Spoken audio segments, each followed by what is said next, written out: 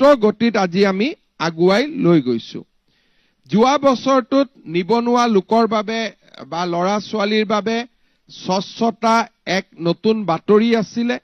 বৰ্তমানলৈকে আমাৰ ৰাজ্যত আমি 1,24,680টা নিযুক্তি এটাও হাইকোৰ্ট কেছ নোহোৱাকৈ দিবৰ বাবে সক্ষম হৈছো Assam government has no litigation in High Court. Appointmentor ক্ষেত্ৰত কোনো ধৰণৰ litigation নাই আৰু ই অসমৰ প্ৰশাসনিক বুৰঞ্জীৰ বাবে এটা নতুন ঘটনা অহা কেইটামান মাহৰ ভিতৰত আমি নতুনকৈ 36,753টা নতুন নিযুক্তি দিয়াৰ বাবে আমি আগবাঢ়ি গৈ আছো ৰাজ্য চৰকাৰৰ এটা বিশেষ দায়িত্ব হৈছে ৰাজ্যত আইন শৃংখলা ৰক্ষা কৰা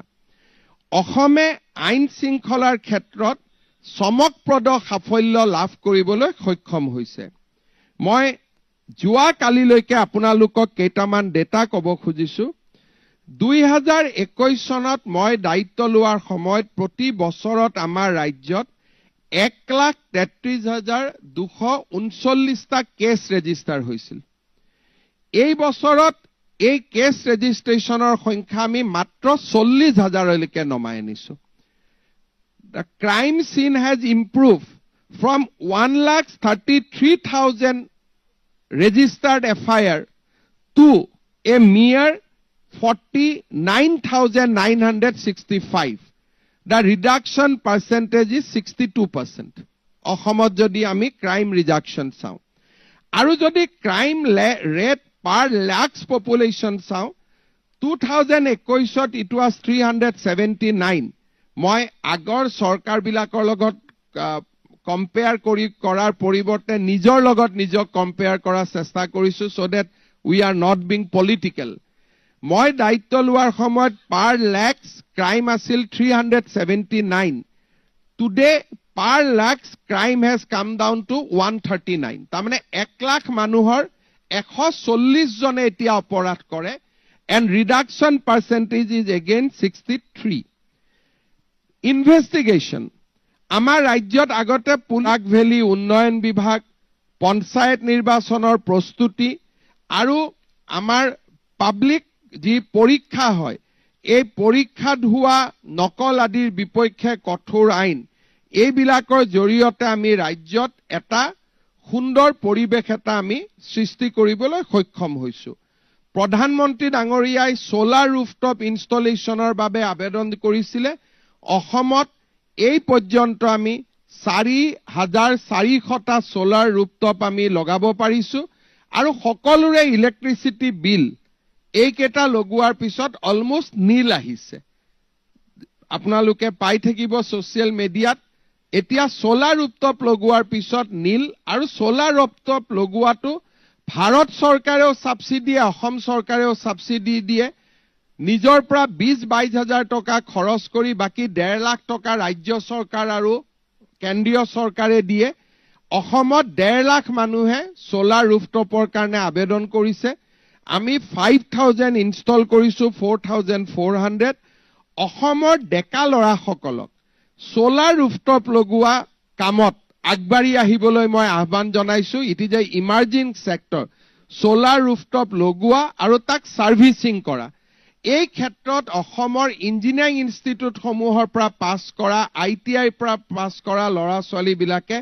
বহুত ডাঙৰ কৰ্ম সংস্থাপন পাব পাৰে মই সোলাৰৰ ক্ষেত্ৰত ডেকা লৰা ছোৱালী সকলক আগবাঢ়ি আহিবলৈ আহ্বান জনাইছো আপোনালোকে আনন্দিত হ'ব যে এই বছৰত অসম চৰকাৰৰ নিজা প্ৰচেষ্টাত আমি নিৰ্মাণ কৰা 120 মেগাৱাটৰ লোৱাৰ কপিলি হাইড্ৰ ইলেক্ট্ৰিকেল প্ৰজেক্টটো এই বছৰতে আমি শুভ উদ্বোধন কৰিম এইটো নেপকো বা কাৰো নহয় ইট ইজ এ পিওৰলি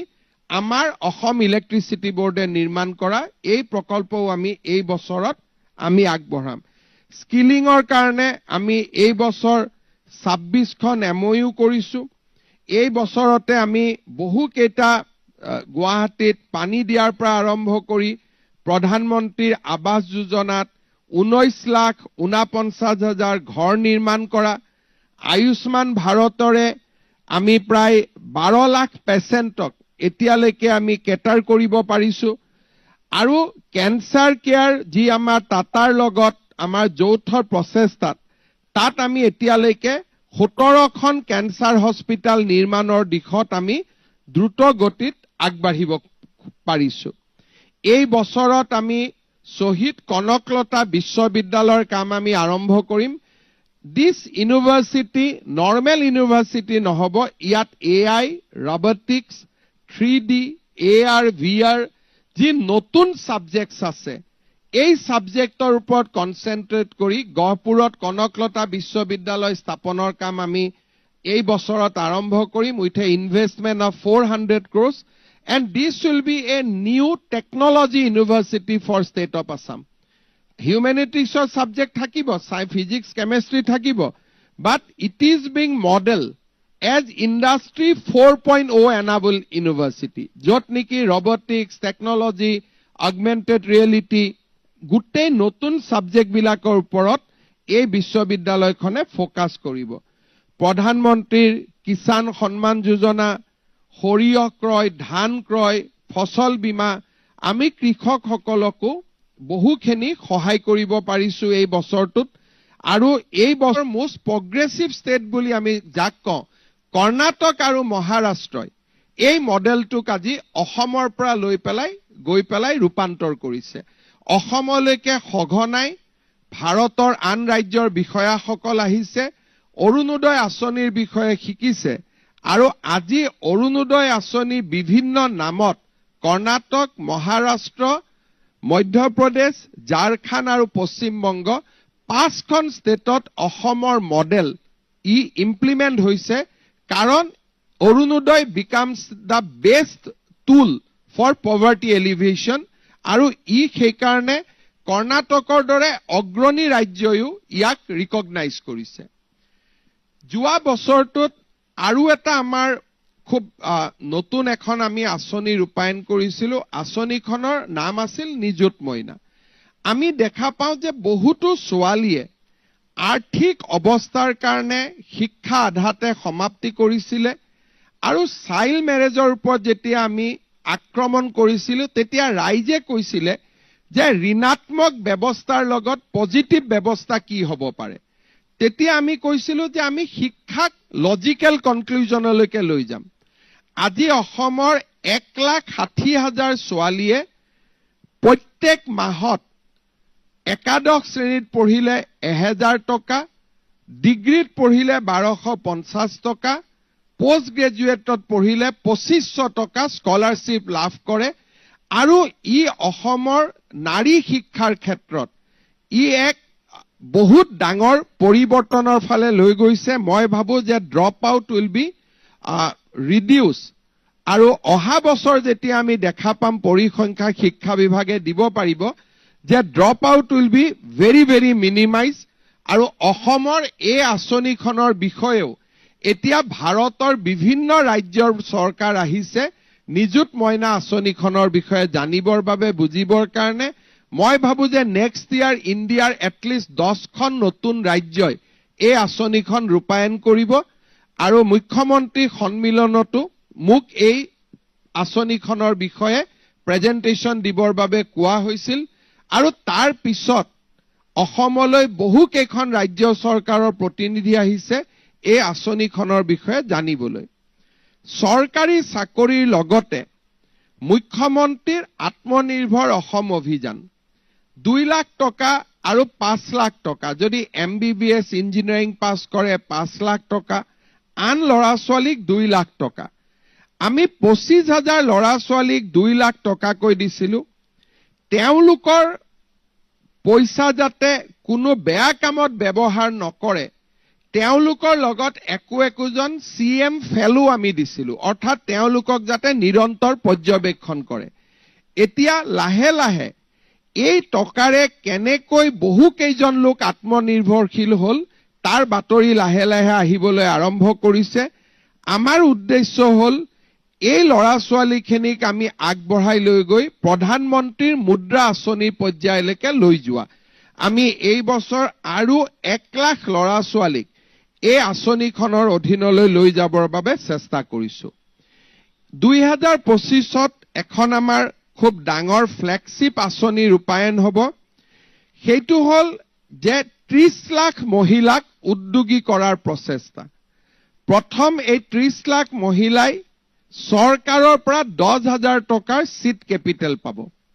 ঘৰত তেওঁলোকে কাম আৰম্ভ কৰাৰ লগে লগে দ্বিতীয় বছৰ তেওঁলোকে বেংকৰ পৰা 25,000 টকা পাব য'ত 12,500 চৰকাৰে দিব 12,500 বেংকে দিব থাৰ্ড ইয়াৰ আমি তেওঁলোকক 50,000 টকা দিম যাৰ 25,000 ৰাজ্য চৰকাৰে দিব 25,000 বেংকে দিব বেনিফিচিয়াৰী 10,000ত যদিও 30 লাখ 25 আৰু 50 লৈকে যাওঁতে কমি কমি গৈ থাকিব কাৰণ যোনে টকা দুৰুপয়োগ নকৰে সঁচাকৈ বিনিয়োগ কৰে তেওঁলোকেহে নেক্সট জখলাটোলৈকে উঠিব পাৰিব আমাৰ ৰাজ্যত মহিলাসকলৰ মাজত ইতিমধ্যে এই আঁচনিখনে বহু বেছি জনপ্ৰিয়তা লাভ কৰিবলৈ সক্ষম হৈছে আৰু এটা কথা মই আপোনালোকক জনাব খুজিছো যে এই 2024 চনৰ বছৰলৈকে 12,71,672 গৰাকী মহিলাক আমি মাইক্ৰ ফাইনেন্সৰ লোনৰ পৰা ৰেহাই দি তেওঁলোকক আমি নতুনকৈ বেংকৰ পৰা লোন ল'ব পৰা পৰ্যায়লৈকে আমি আনি দিছো ৰাজহৰ ক্ষেত্ৰত অসমৰ বহুদিনীয়া খিলঞ্জীয়া লোকক মাটিৰ পট্টন দিয়াৰ যি দাবী আছিল তাক আমি আজি এটা শেষ পৰ্যায়লৈকে লৈ আহিব পাৰিছো মিছন বসুন্ধৰা 1 আৰু মিছন বস্কাৰ্ডৰ কাভাৰেজ বহুত বঢ়াব পাৰিছো এই বছৰটো 2025ত ৰেশন কাৰ্ডৰ দোকানৰ জৰিয়তে দালি নিমখ আৰু চেনি প্ৰদানৰ বাবেও ৰাজ্য চৰকাৰে বিশেষ ব্যৱস্থা হাতত ল'ব যাতে বজাৰতকৈ কম দামত ৰেশন কাৰ্ড দোকানৰ জৰিয়তে দৰিদ্ৰ লোকে মধ্যবিত্ত লোকে দালি চেনি আৰু নিমখ কম দামত পাব পাৰে আমাৰ গোটেই কেইটা 6 শিডিউল ডিস্ট্ৰিক্ট বা 6 শিডিউল কাউন্সিলে এই বছৰ যোৱা বছৰটোত যথেষ্ট ভাল কাম কৰি আছে আপোনালোকে যদি কেতিয়াবা এই কাউন্সিল কেইখনলৈকে যায় তেতিয়ালে দেখিব যে এটা শান্তিৰ দ্বীপলৈ পৰিণত হৈছে যোৱা বছৰটো আমাৰ কাৰণে এটা গৌৰৱৰ ক্ষণ আছিল যে বিধ্বংসী বানপানীৰ পিছতো মাত্ৰ 5টা জাগাতহে মথাউৰি ভাঙিছিল এক প্ৰকাৰ আমি যি ৰেজিলিয়েন্ট এম্বেকমেন্ট আমাৰ যিটো কৰাৰ প্ৰচেষ্টা আছিল তাত আমি সফল হ'ব পাৰিছো আৰু এই বছৰত আমি 250 কিলোমিটাৰ মথাউৰি য'ত নেকি ব্ৰহ্মপুত্ৰ বা গোটেই নদী বা সমূহত নাছিলে তাত আমি মথাউৰি বনাবৰ বাবে আমি আগবাঢ়িছো যোৱা বছৰটোত চৰাইদেউৰ কথা কোৱাৰ উপৰিও আমাৰ বাবে গৌৰৱৰ ক্ষণ আছিল যে বৰপেটা মাজুলী বটদ্ৰৱা আমি ভূমি সংৰক্ষণৰ বাবে বিশেষ ব্যৱস্থা আমি হাতত ল'ব পাৰিছিলো যে আইকনিক লোকেশনৰ 5 কিলোমিটাৰ পৰ্যন্ত কোনো যাতে সেই স্থানৰ বাহিৰৰ লোকে মাটি ক্ৰয় কৰিব নোৱাৰে তাৰ আমি ব্যৱস্থা কৰিব পাৰিছিলো কৰিমগঞ্জ জিলাক শ্ৰীভূমি শংকৰদেৱ নগৰক শ্ৰীমন্ত শংকৰদেৱ নগৰ মণিপুৰী ভাষাক এছ'চিয়েট অফিচিয়েল লেংগুৱেজ আৰু লাচিত বৰফুকনৰ প্ৰতিমূৰ্তি এই গোটেই বিলাকৰ উপৰিও খেল মহাৰণ সাংস্কৃতিক মহাৰণ আদিয়ে অসমত এটা নতুন উৎসাহ আৰু উদ্দীপনাৰ পৰিৱেশ নিৰ্মাণ কৰিব পাৰিছিল মই এটাই অনুৰোধ কৰিব পাৰিম বা অসমবাসী ৰাইজক মই এটাই অনুৰোধ কৰিম যে অসমত এটা আন্দোলন বিবৰ্জিত পৰিৱেশত উন্নয়নে এটা নতুন গতি লাভ কৰিছে যোৱা বছৰ যেতিয়া আমি ষ্টেটিষ্টিক্স দিওঁ যে আন্দোলন হোৱা নাই ধৰ্ণা হোৱা নাই মানুহে ক'ব পাৰে যে ই এটা পৰিসংখ্যা কিন্তু পৰিসংখ্যাৰ ফলাফল কি ফলাফল হল যোৱা বছৰ অসমত 75 লাখ টুৰিষ্ট আহিছে and it is a parliamentary answer 23,000 foreign tourists আৰু 75 লাখ ডমেষ্টিক টুৰিষ্ট অসমলৈ আহিছে টায়াৰ জ্বলোৱাৰ খবৰে বন্ধৰ বাতৰিয়ে পৰ্যটকক আঁতৰাই লৈ যায় আৰু এই পৰ্যটকসকল আহি চৰকাৰী আবাসত নাই the money which is being spent is not coming to the government এস্কাকাৰ বহুতে কয় যে গভৰ্ণমেণ্টৰ নিবাস হ'ব লাগে গভৰ্ণমেণ্টৰ লজ হ'ব লাগে গভৰ্ণমেণ্টৰ লজ হলে আমাৰ কি লাভ আমাৰ যুৱক যুৱতীৰ কি লাভ হ'ব আজি অসমৰ মানস কাজিৰঙা যুৱক যুৱতীয়ে হোমষ্টে বনাইছে হোটেল বনাইছে জীপ সাফাৰী কৰিছে যোৱা 7 দিনত কাজিৰঙাত হাতী নাই কাজিৰঙাত জীপ নাই আজি যদি ময়ো যাওঁ কওঁ যে মই মুখ্যমন্ত্ৰী আহিছো মোক হাতীত উঠিব লাগে মোৰ কাৰণেও হাতী নাই ৰাজ্যপাল গলেও আজিৰ দিনটোত হাতী নাই ৭৫ লাখ টুৰিষ্ট যোৱা বছৰ আহিছে আৰু মোদী ডাঙৰীয়া কাজিৰঙাত ৰাতি থকাৰ পিছত ভূটানৰ ৰজাৰ কাজিৰঙাত আগমনৰ পিছত আৰু ভাৰতৰ ৰাষ্ট্ৰপতিৰ কাজিৰঙাৰ আগমনৰ পিছত Kaziranga has got a new traction Modi ডাঙৰীয়াই মোক এইবাৰ কৈছে যে এনিশা মই মানসতো কটাম so' he is becoming a very big brand ambassador for Assam tourism আৰু আমি বিশেষকৈ ছচিয়েল মিডিয়াত নৰেন্দ্ৰ মোদীৰ কাজিৰঙা ভ্ৰমণৰ যিখন ফটো যোৱা বছৰৰ one of the most viral pictures যোৱা বছৰ ছচিয়েল মিডিয়াৰ আটাইতকৈ ভাইৰেল পিকচাৰসমূহৰ ভিতৰত that was one of the most viral pictures গতিকে আমি সকলো ফালৰ পৰা অসমৰ ডেভেলপমেণ্টৰ কাৰণে য'ত যেনেকে সহায় ল'ব পাৰো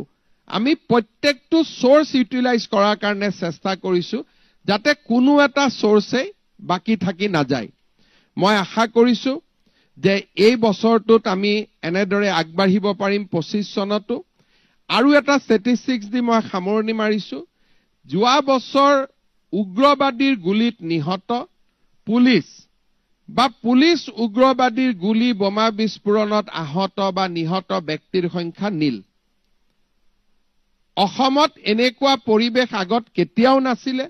both civilian and army military police casualty both figures are nil গড়ৰ নিহতৰ সংখ্যা it has come down to 2 one in Manas one in Kaziranga otherwise অসমখন যোৱা বছৰ যথেষ্ট আমি নতুন নতুন মাইলৰ খুঁটা স্পৰ্শ কৰিব পাৰিলো মই আপোনালোকৰ জৰিয়তে অসমবাসী ৰাইজক কৃতজ্ঞতা জনাইছো আৰু আমাৰ লগত একেলগে কাম কৰা অসম চৰকাৰৰ বিষয়া কৰ্মচাৰী আমাৰ মন্ত্ৰী সভাৰ সদস্য বিধায়ক সকলোকে ধন্যবাদ জনাইছো আৰু আমাৰ চৰকাৰৰ কামকাজক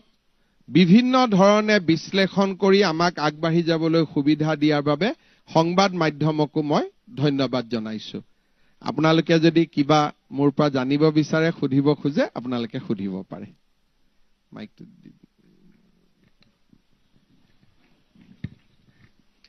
মুখ্যমন্ত্ৰী ডাঙৰীয়া প্ৰথমতে আপোনাক